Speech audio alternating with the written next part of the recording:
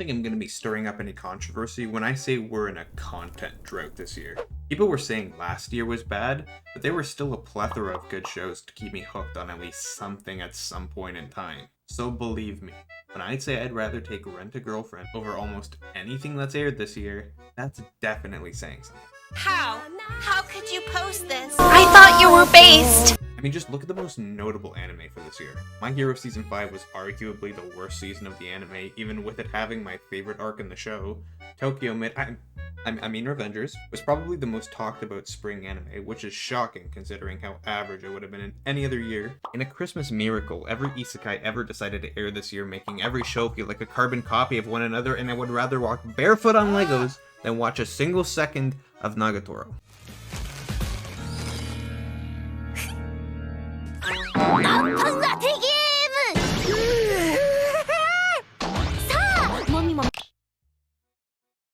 Stop it. Get some help. Safe to say this year has been a shit show. So many bland, uninspiring shows constantly on repeat, and it really just makes you lose all passion for your hobby. But there's been a storm brewing the last couple months. Not one of those run-of-the-mill rainstorms or bolt of lightning that strikes your car. No, something much more memorable. Something to make those meteorologists shit their diapers. Something that makes old boomer me reminisce of the good old days. And that something is just around the corner. I'm talking back-to-back bangers, baby. Demon Slayer Season 2, Attack on Titan Final Season, baby. JoJo's Part 6 is on fucking Netflix. You need a better reason to watch Chainsaw Man Mob Psycho Season 3, Dog with a Blog Season 19, and most importantly, Sword Art Online again. Jokes aside, there are some absolute hype shows coming this year and the next year that actually get me excited about watching stuff again. I'm sure most of you already plan on watching these shows, but for those of you who are new to the genre, or just want to know what's up and coming, then I'm your 100th best option. Go look at any of these other videos. But if you value my opinion for some odd reason, then welcome. And without further ado,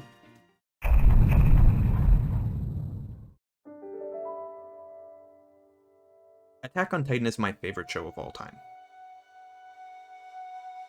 I've been keeping up with the show pretty regularly since season 1, but even with the joy I felt after finishing those 25 episodes, I felt my interest dwindling with the 500-year hiatus between seasons. Fast forward some time, and I heard season 3 part 2 is finally airing.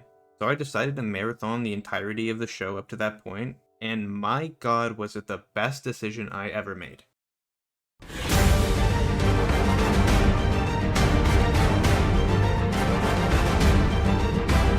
The show just gets better and better with each season, as the story, world, characters all begin to expand drastically in such a seamless way. When season 4 came around, I rightfully had high expectations, and my fucking god did the show deliver. I've seen past the point where season 4 part 1 ended, and all I'm gonna say is if you thought the story was grandiose up to this point, and it's going, Now I've heard some controversy around the ending of the show which could very well sway my opinion on it. But we'll just have to wait and see. Well, if this season doesn't win Anime of the Year for 2022, I'd be completely shocked. So I very much implore you to tune in to next January for the true final season of Attack on Titan. And they better not pull any part 3 final season bullshit map, but fool me once! That's all I'm saying. Demon Slayer is a show I'm sure even your grandma was watching. I'm not someone who typically gets skeptical over popular shows. After all, they got popular for a reason. But when I saw shit like this, I knew I was in for something. I wasn't the biggest fan in the world of the first season of Demon Slayer. The main characters were pretty meh, the villains were even worse, and the overall idea just felt like a less cool Bleach. Don't get me wrong, aesthetically the show is breathtaking, but I wasn't fully invested into what was going on until the end. Still, I've heard many say that the show gets far better from this point, and that the content shown was arguably the worst the show had to offer. I haven't seen Mugen Train because, well, I don't own Funimation and pirating it is not worth the malware, but I've heard good things about it from people that I'd like to think have slightly more credibility. So if you enjoyed the first season of Demon Slayer, like I'm sure many of you did, keep your eyes and ears open for what comes next, cause I'm sure it's gonna blow even stingy losers like me away. JoJo's is such a good time. I dropped JoJo's 3 times before liking it, and that's because this, and this, and fucking this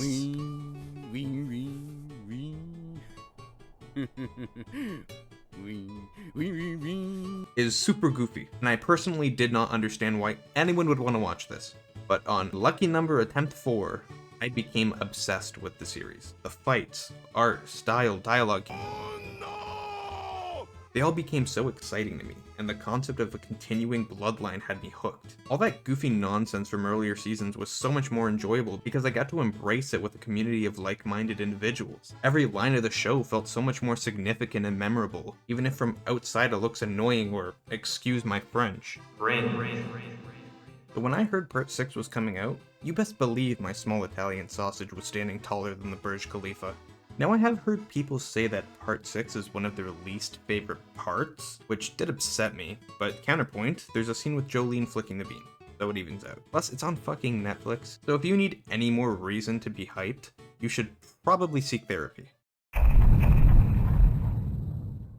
Chainsaw Man was not a show I expected to blow up anywhere near where it did. I mean, the trailer got more views than Attack on Titan, and it's completely understandable because this show looks absolutely gorgeous. I haven't heard or seen much about the show outside of what the trailer saw, but I have heard that it's visceral, gory, I want to fuck this woman. What? Man, come on now! And it has a story so unique, it's hard to compare it to anything. Considering most of what's new and exciting has been and it's going to continue to be new seasons, it'll be nice to see a new show that will make a huge splash in the community for the first time in a while. Definitely check out the trailer and hopefully the show later if it interests you. One Punch Man was a goddamn roller coaster, with each episode having a taller hill than the last. I fucking loved it. But when I heard that the same author made another show that lives up to the height and more of OPM, I was over that shit like white girls over ice caps. Mob Psycho has a fairly basic concept, kinda like One Punch Man, but it's far more grounded and realistic, making it easier to relate to the characters. It currently has 2 seasons out, with the 3rd coming next year, and it being marketed as the final season, which is pretty interesting considering the story hasn't really gone anywhere too far. If you're into god tier animation, realistic and relatable characters, and, well, this,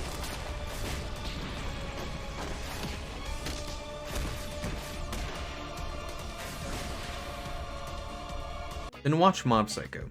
If the first 2 seasons serve as a marker, season 3 is absolutely gonna break the anime community.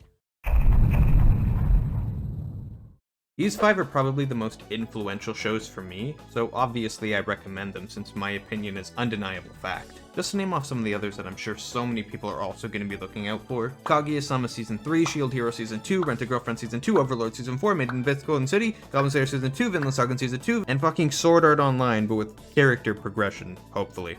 Fair to say, a storm is on the horizon, and you're out of your goddamn mind if you think I'm gonna miss it. Are you?